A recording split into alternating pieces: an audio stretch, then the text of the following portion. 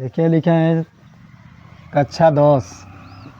देखिए इधर कक्षा 10 यूपी बोर्ड के लिए इम्पोर्टेंट है। अध्याय 1 यानी पहला चैप्टर है भूगोल का है, जियोग्राफी। पहला चैप्टर है, चैप्टर का नाम है संसाधन एवं विकास। इसे इंग्लिश में रिसर्चेज एंड डेवलपमेंट कहते हैं। तो आज हम लोग पढ़ेंगे इसके बारे में, संसाधन किसे कहते हैं और संसाधन कितने प्रकार के होते हैं और किसके किसके आधार पर संसाधन को रखते हैं और कितने भागों में इसको बांटते हैं, इसके बारे में हम लोग पढ़ेंगे। तो पहला जो हेडिंग है इसका संसाधन।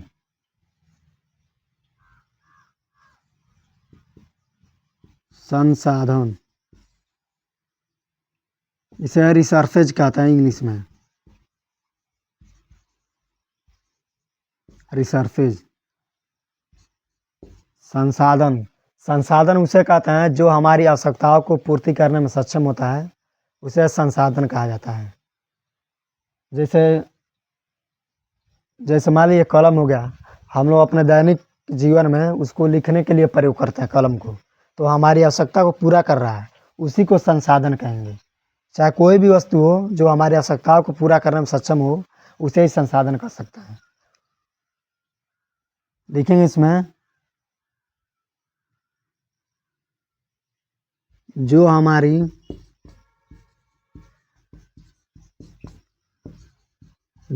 आवश्यकताओं को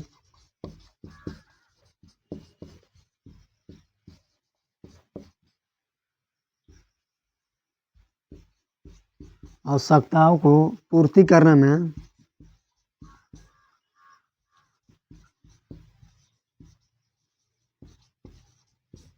सक्षम है, उसे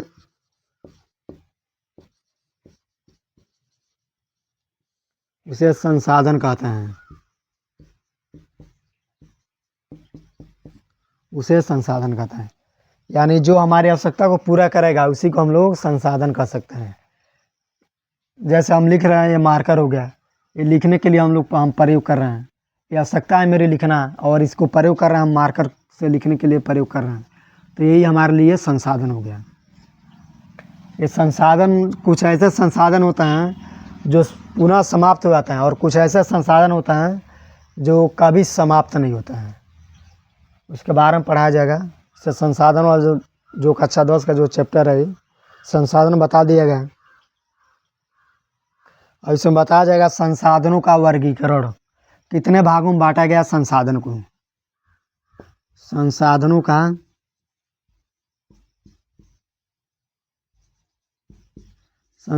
का वर्गीकरण। वर्गीकरण मतलब होता है भाग, यानी संसाधनों का कितने भागों में बांटा गया है। इन संसाधनों को प्रकृति द्वारा, यानी प्रकृति रूप से कुछ भागों में बांट दिया गया है।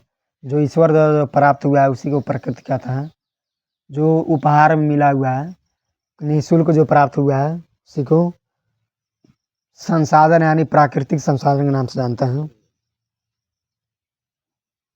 तो इसमें पढ़ेंगे संसाधनों का वर्गीकरण। इसमें पहला हेडिंग पढ़ेंगे उत्पत्ति के आधार पर।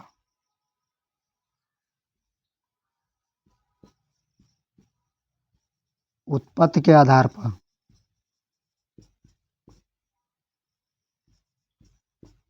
दूसरा पढ़ेंगे इसमें समाप्यता के आधार पर। समाप्यता के आधार पर।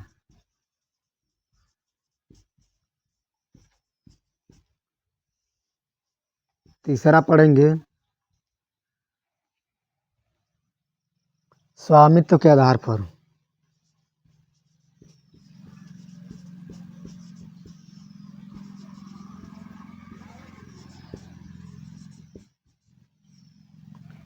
स्वामित्व के आधार पर।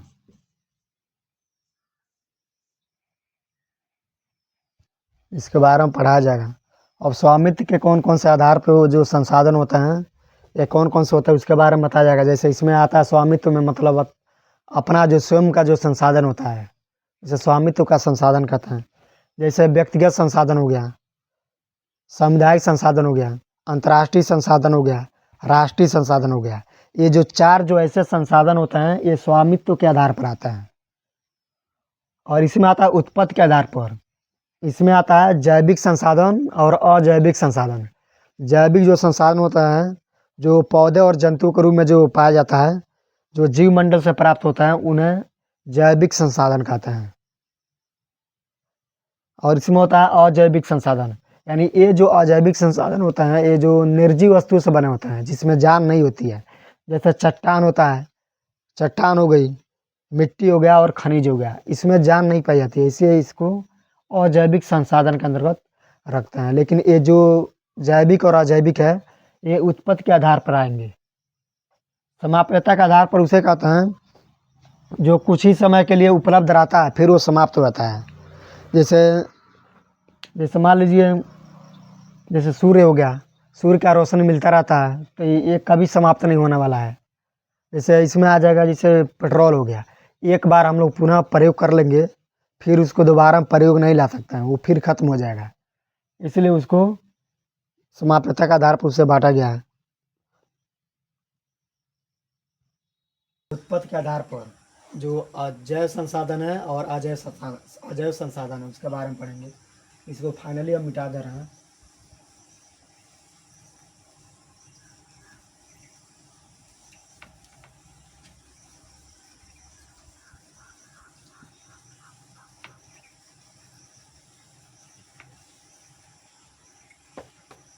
उत्पत्ति के आधार पर जो पहला जो उसका भाग है का नाम है जैव संसाधन। जैव संसाधन, जैव संसाधन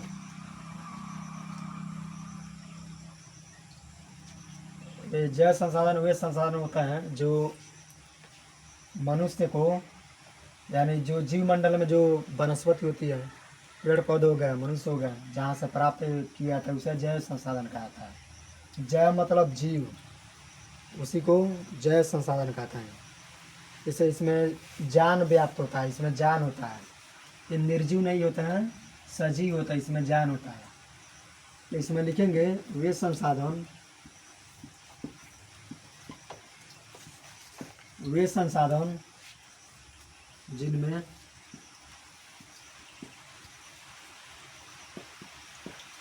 जान व्याप्त होता है, जिनमें जान व्याप्त होता है, ज्ञान व्याप्त होता है तथा जो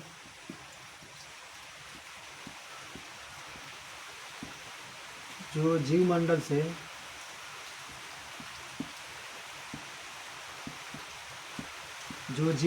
प्राप्त होते हैं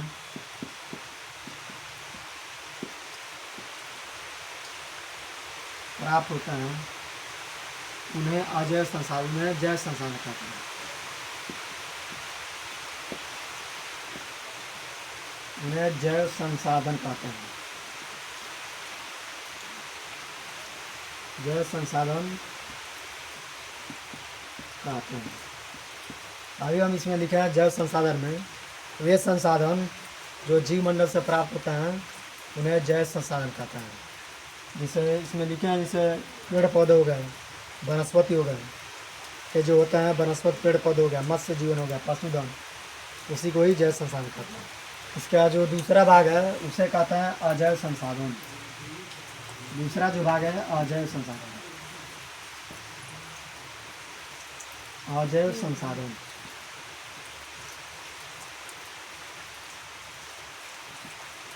अजैव संसाधन उसे कहते हैं जिसमें जो निर्जीव वस्तुओं से बना होता है। ये संसाधन जो निर्जीव वस्तुओं से बनते हैं वो अजैव संसाधन कहलाते हैं। तो लिखेंगे ये संसाधन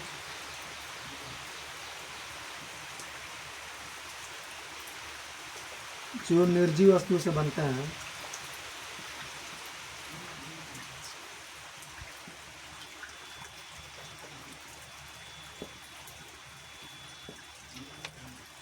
जो निर्जीव वस्तु से बनते हैं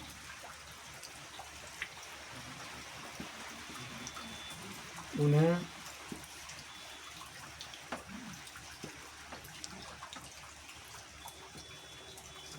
उन्हें अजैव संसाधन कहते हैं। उन्हें अजैव संसाधन कहते हैं।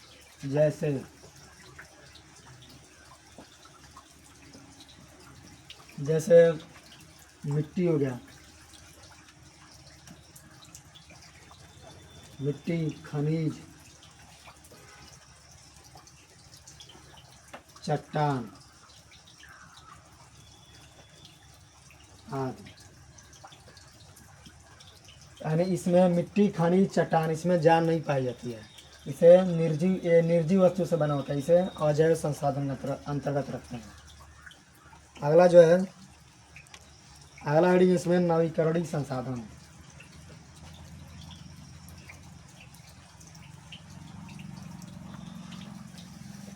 नवीकरणीय संसाधन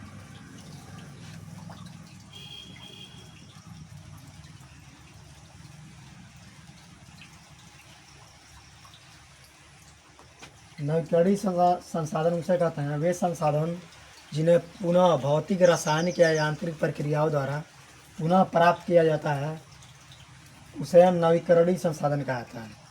जैसे पवन ऊर्जा हो गया, सौर ऊर्जा हो गया, जल हो गया, ये जो हो गया ये सब नवीकरणीय संसाधन है। इसमें लिखेंगे वे संसाधन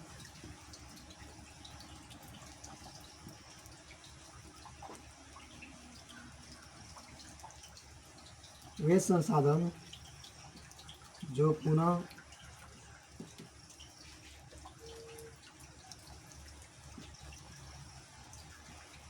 भौतिक,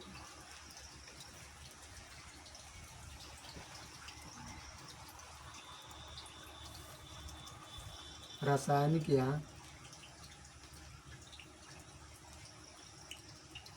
पुनः नवीकृत या पुनः उपयोग में लाया जा सकता है, उसे नवीकरणीय संसाधन कहते हैं। जैसे इसमें होता है पवन ऊर्जा, सौर ऊर्जा, वन हो गया, जल आदि, ये सब होता है नवीकरणीय संसाधन। इसमें हम इसको इरेज कर देता है, मिटा देता है। नवीकरणीय संसाधन ऊपर लिखते हैं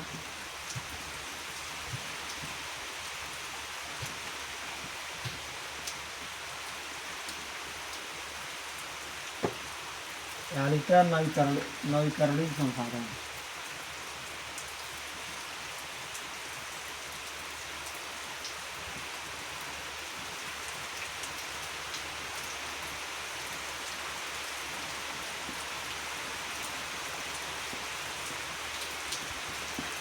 इसमें लिखेंगे वे संसाधन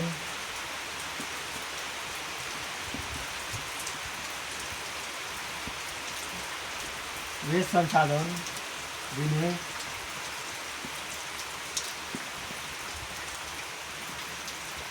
पुनः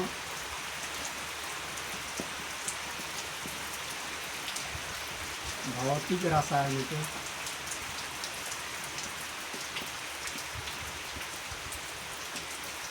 रासायनिक या यांत्रिक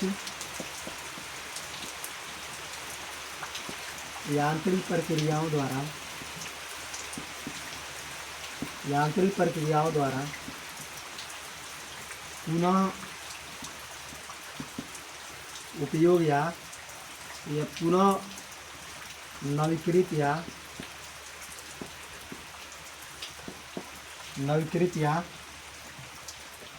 उपयोग में लाया जाता है।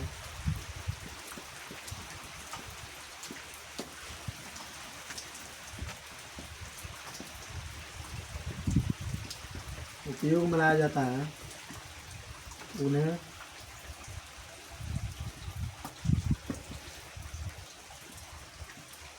नवीकरणीय संसाधन कहते हैं।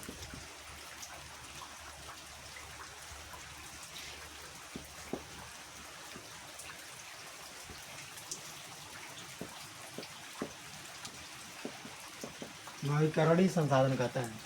जैसे इसका एग्जाम्पल उदाहरण है, जैसे इसमें आ जाएगा सौर ऊर्जा,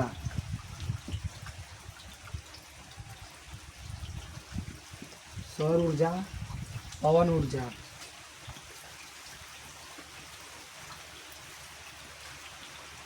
ऊर्जा, जल विद्युत,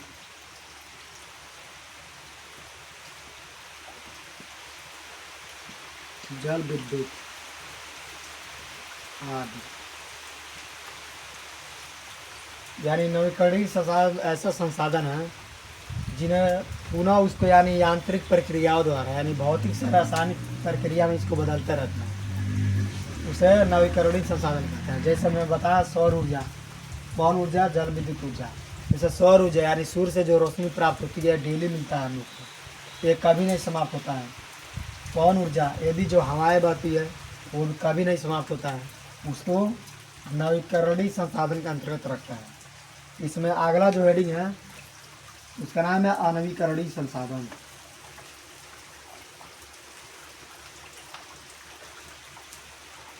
अनवीकरणीय संसाधन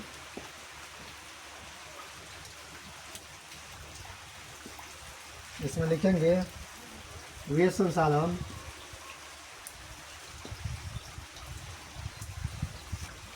वे संसाधन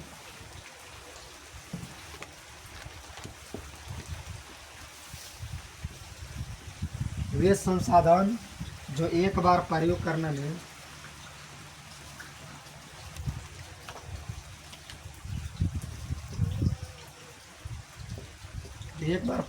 में उन्हें दोबारा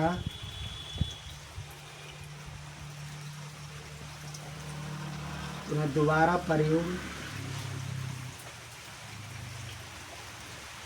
नहीं कर सकता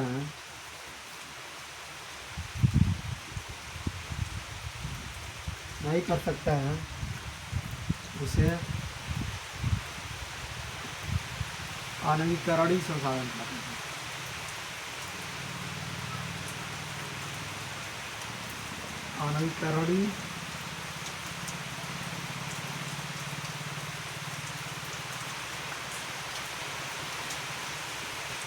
अनवीकरणीय संसाधन कहते हैं।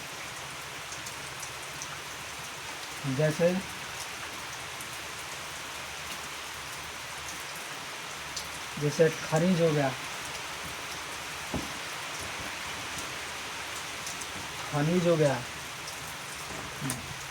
पेट्रोल हो गया,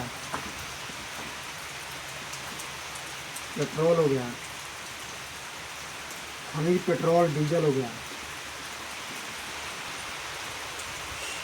कोयला हो गया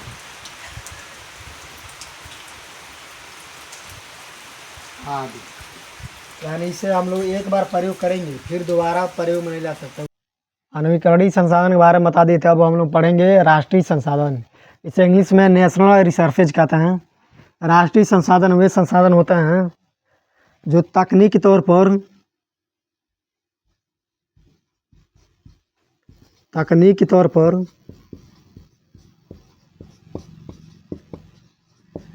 देश में पाए जाने वाले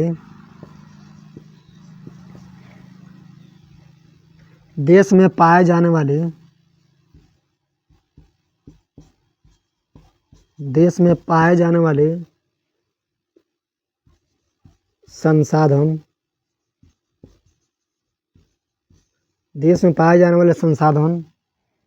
राष्ट्रीय संसाधन कहलाते हैं।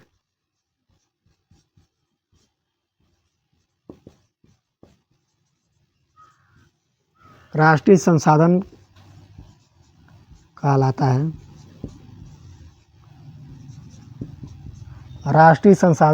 है तथा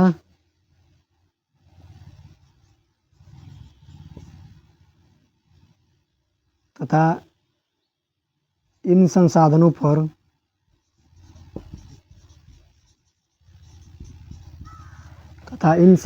पर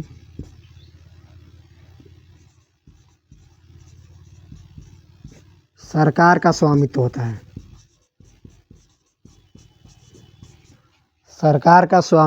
है।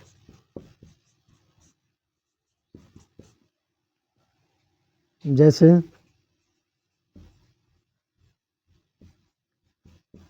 हो जाएगा, जैसे रेलगाड़ी हो गया,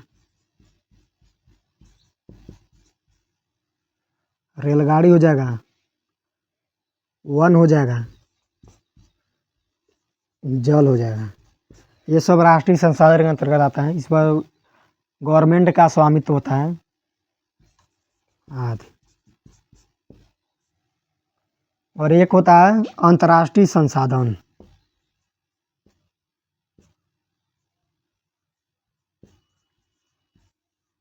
अंतर्राष्ट्रीय संसाधन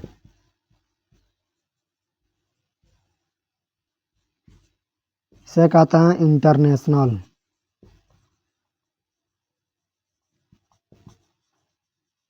इंटरनेशनल रिसोर्सेज।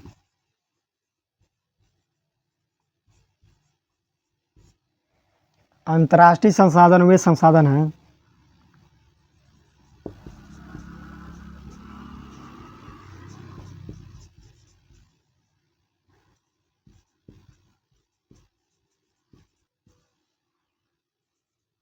वे संसाधन हैं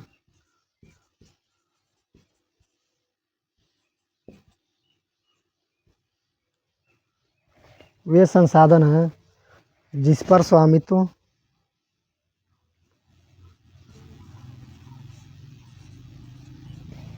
जिस पर स्वामित्व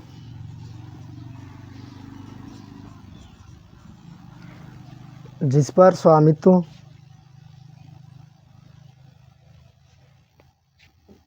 अभी हम लिखे अंतर्राष्ट्रीय संसाधन वे संसाधन है जिस पर स्वामित्व स्वामित्व समुद्र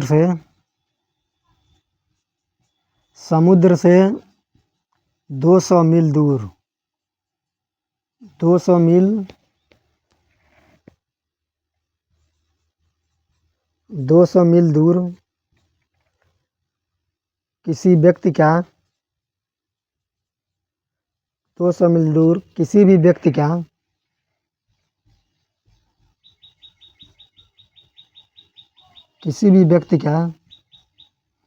अंतर्राष्ट्रीय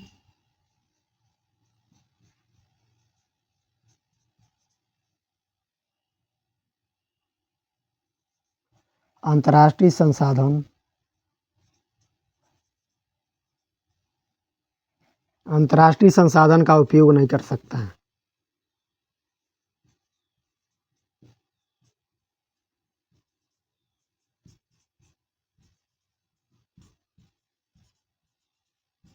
उपयोग नहीं कर सकता है अंतर्राष्ट्रीय संसाधन कहलाता है।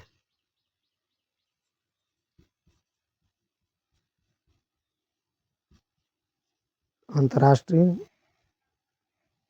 बता देते न अंतर्राष्ट्रीय संसाधन के बारे में। अब हम लोग पढ़ेंगे संभावित संसाधन। संभावित संसाधन ये वे संसाधन हैं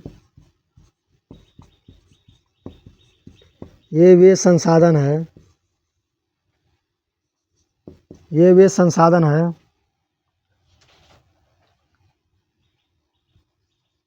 जो किसी प्रदेश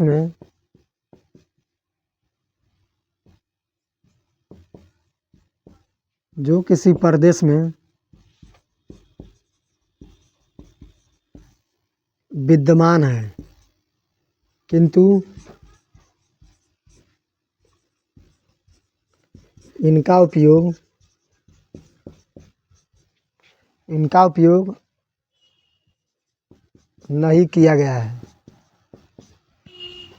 नहीं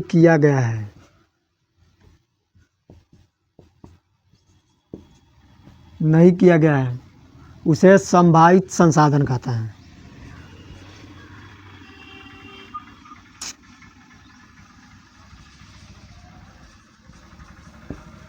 संभावित संसाधन कहलाते हैं।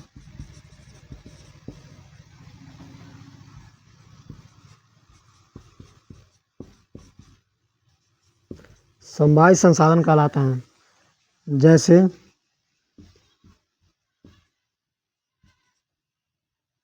जैसे हो गया गुजरात और राजस्थान में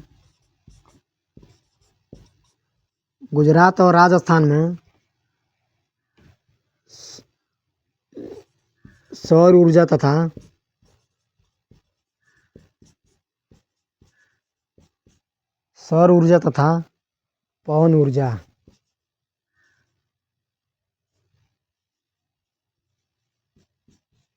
पवन ऊर्जा अभी हम बताएं संभावित संसाधन ये वे संसाधन हैं जो किसी प्रदेश में विद्यमान है लेकिन इसका उपयोग नहीं किया गया है, वो संभावित संसाधन कहलाता है।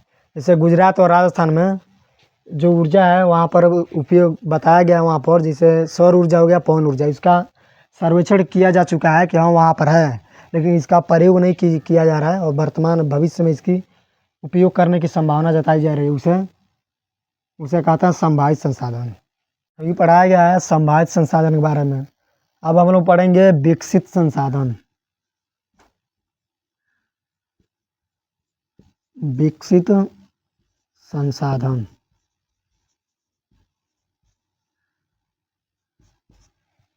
वे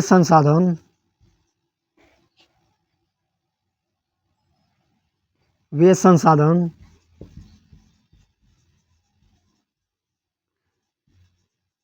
जिनका सर्वेक्षण किया जा चुका है,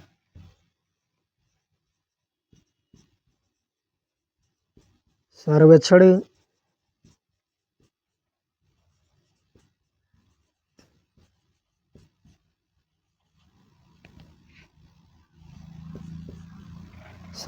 किया जा चुका है और उनको उपयोगी क्या गुणवत्ता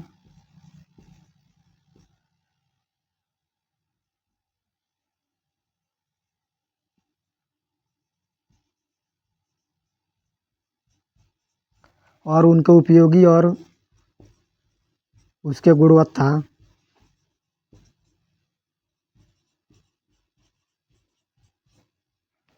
गुणवत्ता की मात्रा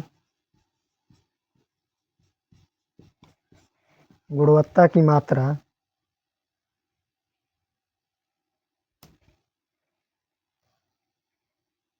गुणवत्ता की मात्रा निर्धारित की जा चुकी है।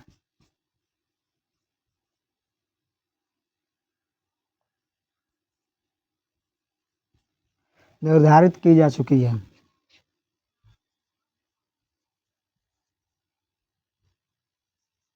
की जा चुकी है विकसित संसाधन कहलाता है।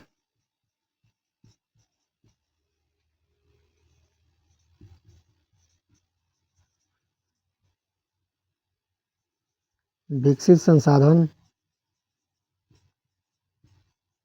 कहलाते हैं। जैसे भारत में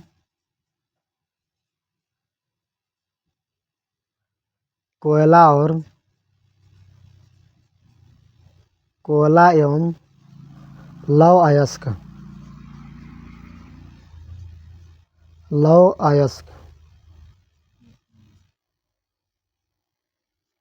ये जो खोज किया जा चुका अपने भारत में, कोयला और लौह अयस्क,